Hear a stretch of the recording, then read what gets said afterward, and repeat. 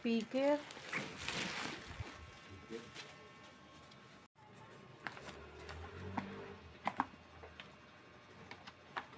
Ba't siya bumili ng speaker?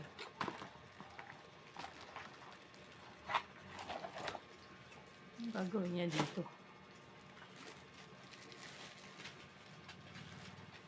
Habang nanonood siya. Habang nagtatrabaho.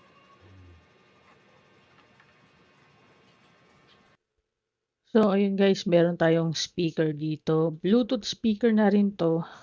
At yung link nandyan sa description sa baba. At hindi to sa akin. Pero, yan, kailangan ko yan box dahil hindi ito i-check to. Bumili. Yan. Meron na rin akong nakuhang ganito pero hindi siya Bluetooth yung sa akin. Nakuha ko yung akin libre sa monitor ko na Xiaomi. Ito, nandyan sa link naman na itong Bluetooth speaker na to. Meron siyang USB at yung jack, headphone jack. Kung makikita nyo, ayan. So, pwede nyo gamitin sa jack lang, audio jack.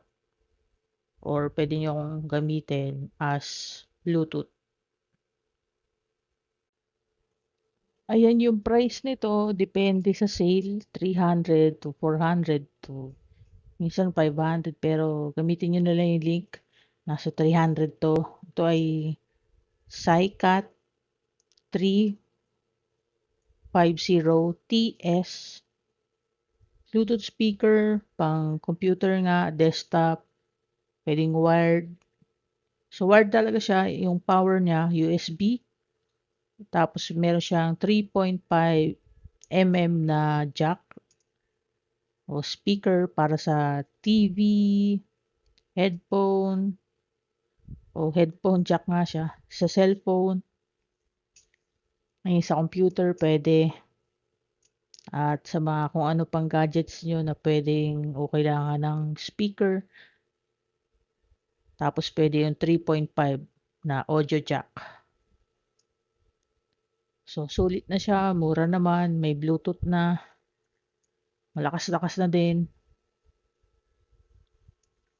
Pero syempre, hindi naman siya 2.1 or 5 point na speaker. So, yun. Huwag na mag-expect ng OA na sobrang ganda yung speaker. Sakto lang siya sa presyo niya. So, gagamitin to ng kapatid ko sa laptop niya. Pag may mga luma kayong laptop, mga sirang laptop na, sira na yung speaker, luman-luma na, mga 10 years old na laptop nyo, ito, pwede nyo to gamitin. Kung yung laptop nyo, pinanonooran nyo na ng Netflix, bili na lang kayo nito kaysa itapon nyo yung laptop nyo. Kasi yung laptop na yun, pwede namang kabitan ng bagong monitor, ng speaker na ganito. Yan, pag sira na yung keyboard nyo, yung keyboard sa laptop mismo, pwedeng kabitan ng keyboard at mouse.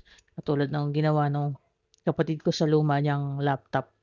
Hindi niya na tinapon. Ginamit niya na lang sa entertainment. Kasi nga, yung laptop niya na pang work, bawal na sa leisure. So, ban na yung mga applications, websites para manood or sa entertainment.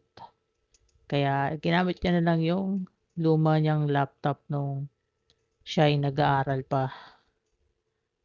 So, sobrang tagal na yung laptop niya na yun. AMD na laptop. Na-upgrade ko na rin yun eh. So, yun, pinahaba ko lang yung video na to kasi para sa ads ng yung direct na YouTube na ads. So, pero gamitin nyo na lang yun kung gusto nyo ng ganito, murang speaker lang.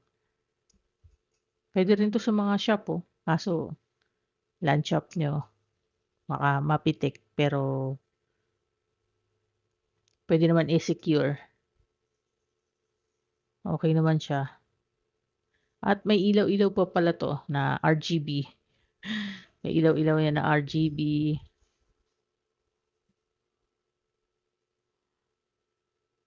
Ayan. Tapos ayun, puwede mo ngang gawing ano yun, patungan para ma-elevate yung likod ng laptop niyo, yung exhaust. Yun, yun talaga yung magandang gamit nito. May speaker ka na, may pang-angat ka pa ng laptop mo para makakahinga siya. Nakakakuha siya ng malamig-lamig na hangin at ma-vent out niya. So, yun ang advantage ng mga ganitong klaseng speaker. At mura pa. So, bili ka na lang na mas maganda kung may budget ka na. Pero, pwede na 'tong tiyaga-tiyagain na. Kung headphones naman, marami akong video sa headphones diyan. May mumurahing Onikuma, meron din may kamahalang gaming headset na Razer, at yung mga hindi pang gaming, yung pang mga audiophile na tinatawag o audiophile grade, meron din diyan, check niyo na lang. Tapos ano pa bang meron ako diyan na headphone, yung pang trabaho meron din tayo, yung mga pang-opisina, VA, BPO na headset, meron din tayo diyan.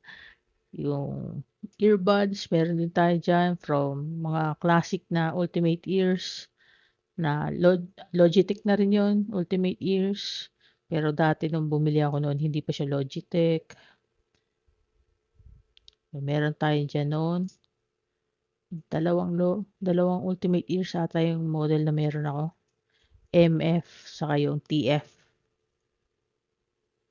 Check nyo na lang din mga lumang videos ko sa earbuds.